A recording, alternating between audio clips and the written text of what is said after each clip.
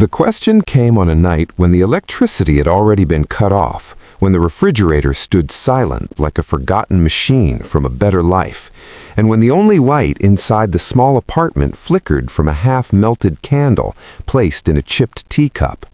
The little girl's voice was barely louder than the wind pushing against the thin window panes, but it carried a weight that bent the air around it. She asked her father if he thought God had forgotten them, and in that fragile moment, the world seemed to stop breathing.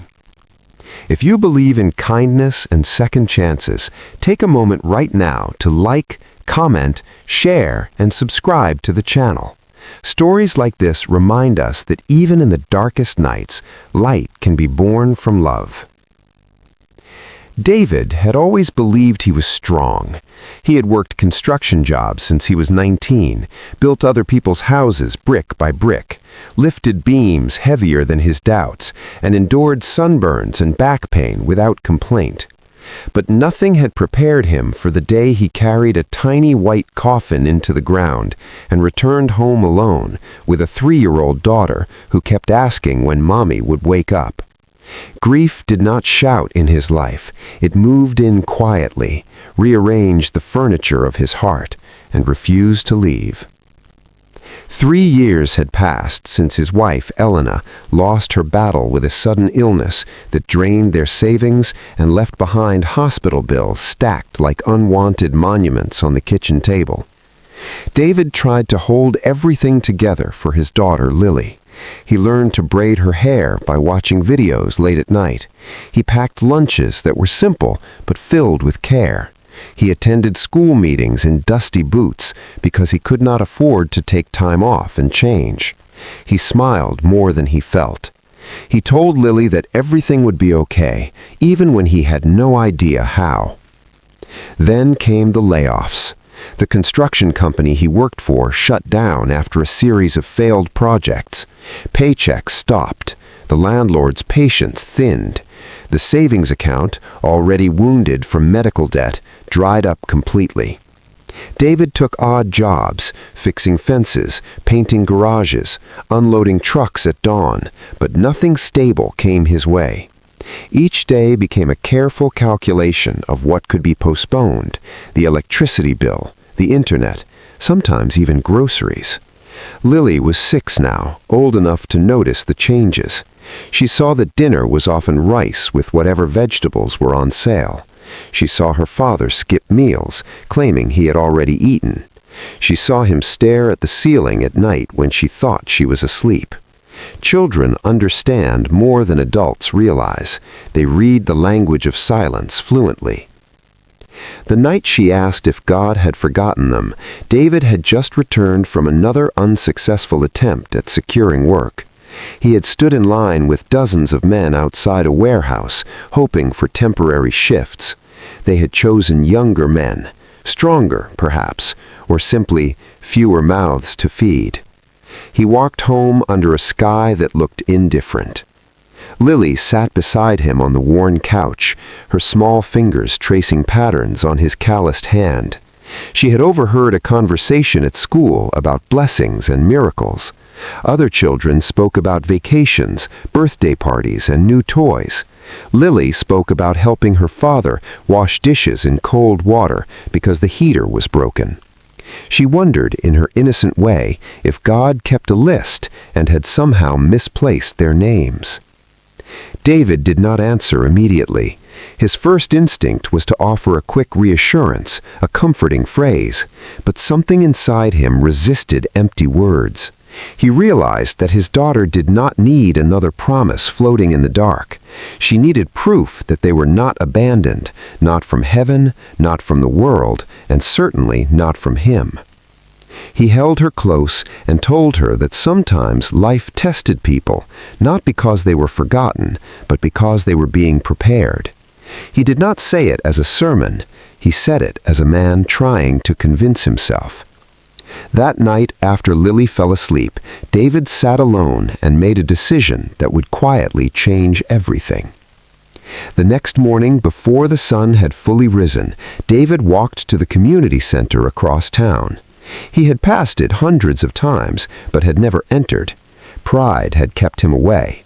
Pride whispered that asking for help was weakness, but hunger speaks louder than pride, and love shouts louder than both. Inside the center, volunteers were organizing donated food and clothes. David felt the heat rise in his face as he explained his situation. He expected judgment. Instead, he received understanding eyes and a firm handshake. They offered him a food box and information about job training programs. One volunteer mentioned a skills certification course in electrical repair sponsored by a local nonprofit. It required commitment and several weeks of training. It did not guarantee a job, but it increased the chances. David had no guarantee of anything anymore, but he had determination. He enrolled that same day. The weeks that followed were a blur of exhaustion. He attended training sessions in the mornings and worked small evening jobs whenever he could find them. Lily spent afternoons at an after-school program the community center provided at low cost. She began drawing pictures of her father wearing a bright yellow hard hat, standing tall beside tall buildings. In her drawings, the sun always shone. There were moments when David doubted his decision. The bus rides were long. The coursework felt overwhelming after years away from formal education. He studied late into the night under the dim glow of a borrowed desk lamp. Sometimes he fell asleep over textbooks filled with diagrams and wires. But every time fatigue tempted him to quit, he remembered Lily's question. He remembered the fear in her voice, and he turned the page. Halfway through the program, disaster struck again. The landlord delivered a final notice. Rent was overdue beyond grace. They had 2 weeks to leave. David felt the familiar weight of despair pressing on his chest. For a brief moment, anger surged inside him. Anger at fate, at injustice, at a world that seemed to punish those already struggling. But anger did not pay rent. Action might. He approached the program coordinator and explained his situation. He did not ask for pity, he asked for advice. The coordinator connected him with a temporary housing assistance fund. It was not glamorous. It meant moving into a smaller, older apartment on the other side of town, but it bought them time. Time to finish the course, time to breathe. The move was humbling. Their belongings fit into a borrowed pickup truck. Lily clutched her favorite stuffed rabbit as if it were a treasure chest. David apologized to her for the change, expecting disappointment. Instead, she looked around the new, cramped living room and said it felt like an adventure. Children, he realized, do not measure wealth in square footage. They measure it in security. Each night before bed, David and Lily began a new ritual. They wrote down one thing they were grateful for on small scraps of paper and placed them in a jar. Some nights the entries were simple: a sunny day, a free meal, a kind teacher. Other nights the gratitude was for strength to endure. The jar slowly filled, so did their resilience. As the training program neared its end, David faced a final certification exam. It would determine whether he received official credentials. He studied relentlessly. On the day of the exam, he felt the old nerves from his school days return. He prayed quietly, not for miracles, but for clarity. When the results arrived, he stared at the paper in disbelief. He had passed, not barely, but with distinction. For the first time in years, hope did not feel like a fragile illusion. It felt tangible, like something he could hold. Yet the journey was far from ended. Certification did not automatically bring employment. David submitted applications everywhere: maintenance companies, electrical firms, even small repair shops. Days passed without response. Doubt crept in again, whispering that maybe this was just another temporary spark in a long tunnel of darkness. Then, one afternoon, his phone rang. It was a property management company seeking a maintenance technician. They needed someone certified, someone reliable, someone willing to work hard. The interview was scheduled the next morning. David hung up and looked at Lily, who was coloring at the kitchen table. He did not tell her immediately. He did not want to raise expectations prematurely.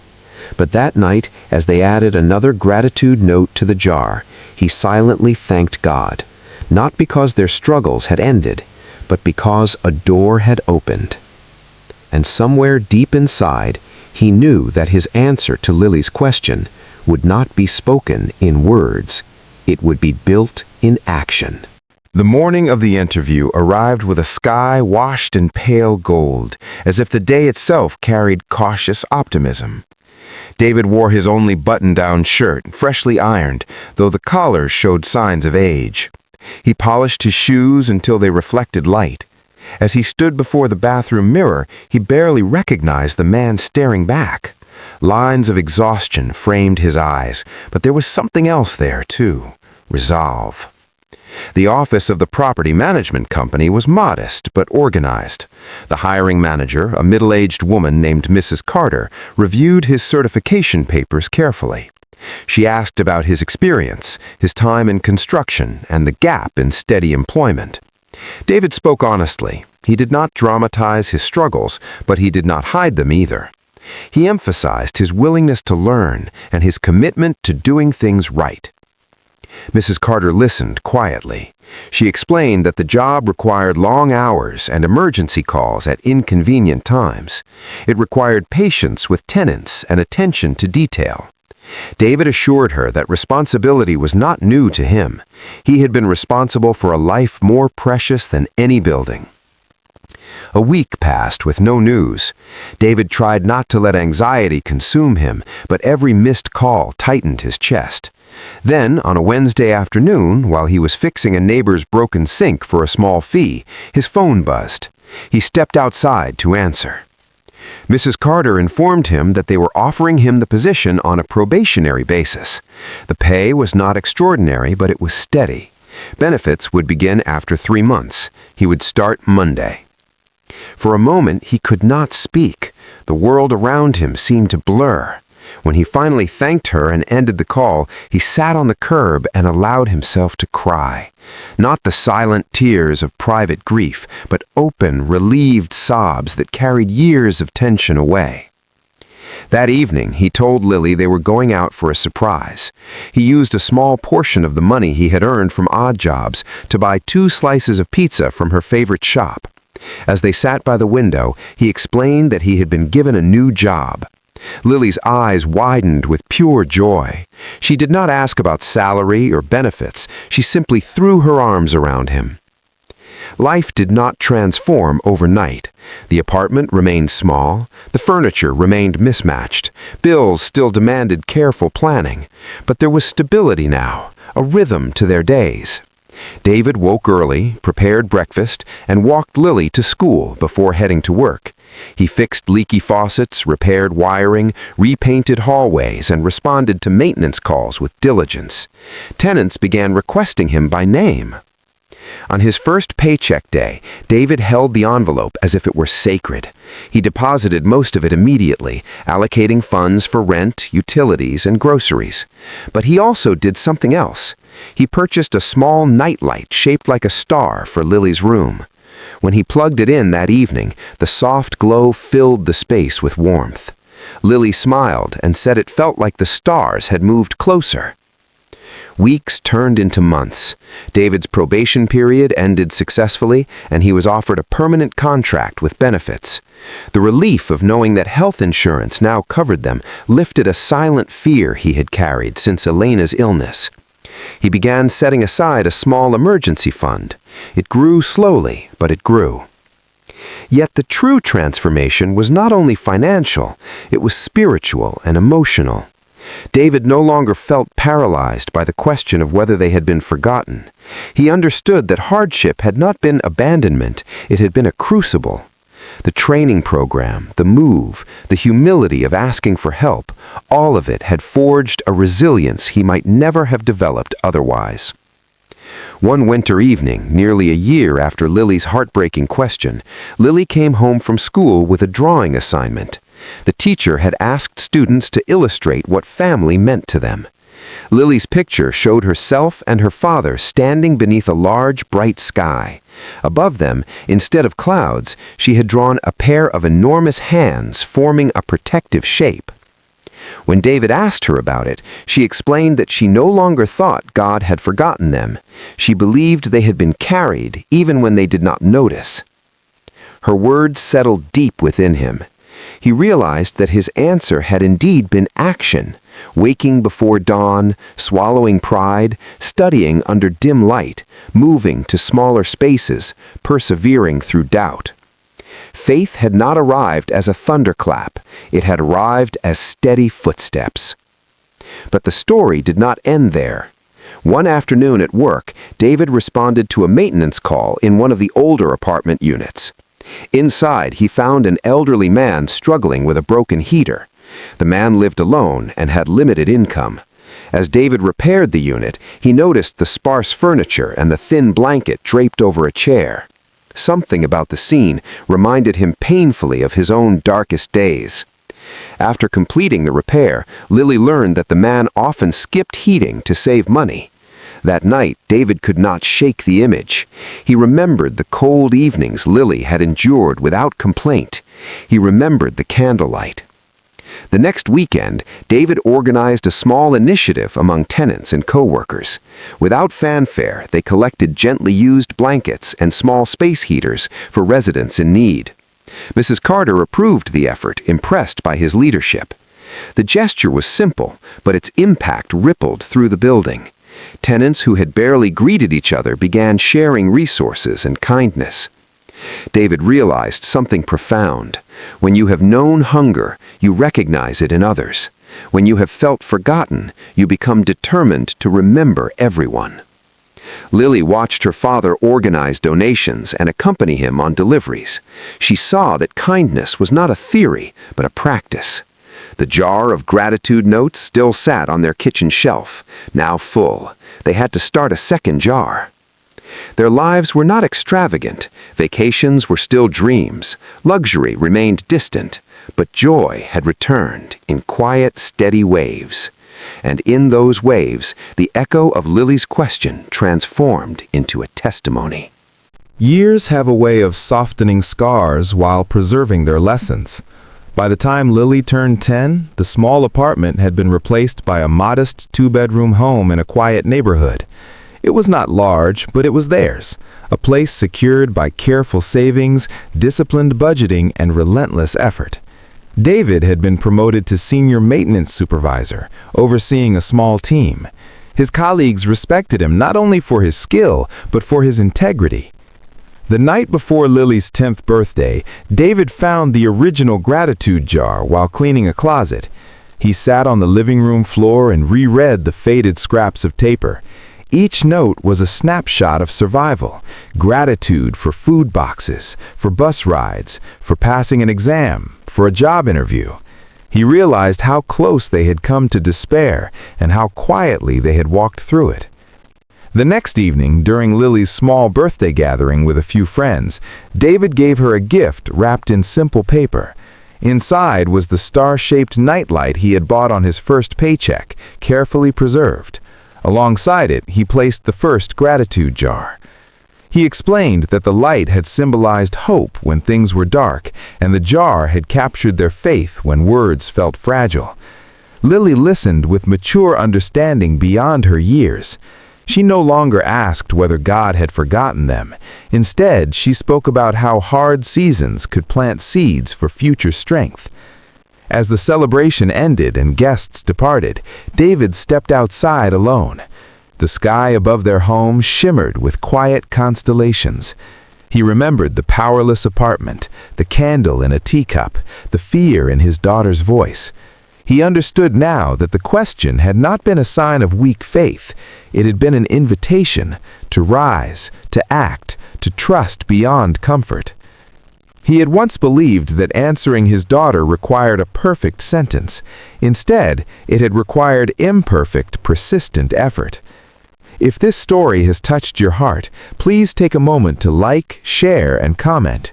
Your engagement helps spread messages of hope to others who may be walking through their own dark nights. Before we close, I have a special request.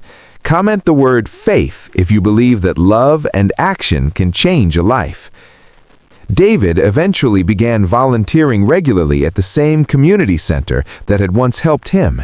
He mentored other single parents navigating unemployment and grief. He told them the truth, that the road would be exhausting, that pride might need to be surrendered, that progress might feel invisible at times. But he also told them that action, fueled by love, could transform fear into foundation. Lily grew up watching this quiet ministry of presence. She saw her father kneel to fix not just broken pipes, but broken confidence. She saw him treat every struggling person as if their dignity were sacred. She learned that faith was not proven by ease, but by endurance. On the anniversary of Elena's passing, David and Lily visited her resting place. They brought fresh flowers and shared stories about the life they had rebuilt. David no longer felt consumed by sorrow. Instead, he felt gratitude for the years he had had with her, for the daughter she had given him, and even for the hardships that had reshaped him. Standing there, he realized something extraordinary. The night Lily asked if they had been forgotten had been the turning point. It had forced him to confront his own fear of inadequacy. It had compelled him to move instead of mourn passively. It had awakened courage he did not know he possessed. The world often measures miracles in dramatic events, sudden wealth, instant healing, spectacular rescue. But David had learned that the most profound miracles are quieter. They are found in early mornings, in resumed applications, in studied pages, in humble requests for help, in small acts of generosity multiplied over time. As years continued to unfold, Lily carried the story of that dark apartment with her. It became part of her identity, not as a symbol of shame, but as proof of resilience. Whenever life presented new challenges, difficult exams, social struggles, uncertainties about the future, she remembered that question she once whispered in candlelight, and she remembered the answer her father gave without fully speaking it. He had answered by showing up. He had answered by refusing to surrender. He had answered by turning faith into footsteps. And perhaps that is the deeper truth hidden within their journey, that sometimes heaven responds to a child's trembling question, not with thunder, but with the steady heartbeat of a parent determined to rise. Their story was not one of perfection. There were setbacks along the way, unexpected expenses, moments of fatigue, occasional doubt, but the foundation had changed.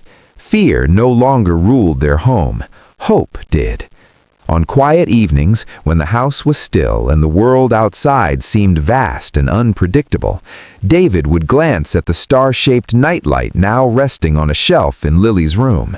It no longer served as their only light source, yet it remained a reminder of a season when even a small glow had been enough to guide them forward. In the end, the question that once trembled in the dark became a testament. No, they had not been forgotten. They had been refined. And in answering his daughter with action, a single father had rewritten the destiny of their little family, proving that love, when put into motion, becomes the loudest answer of all.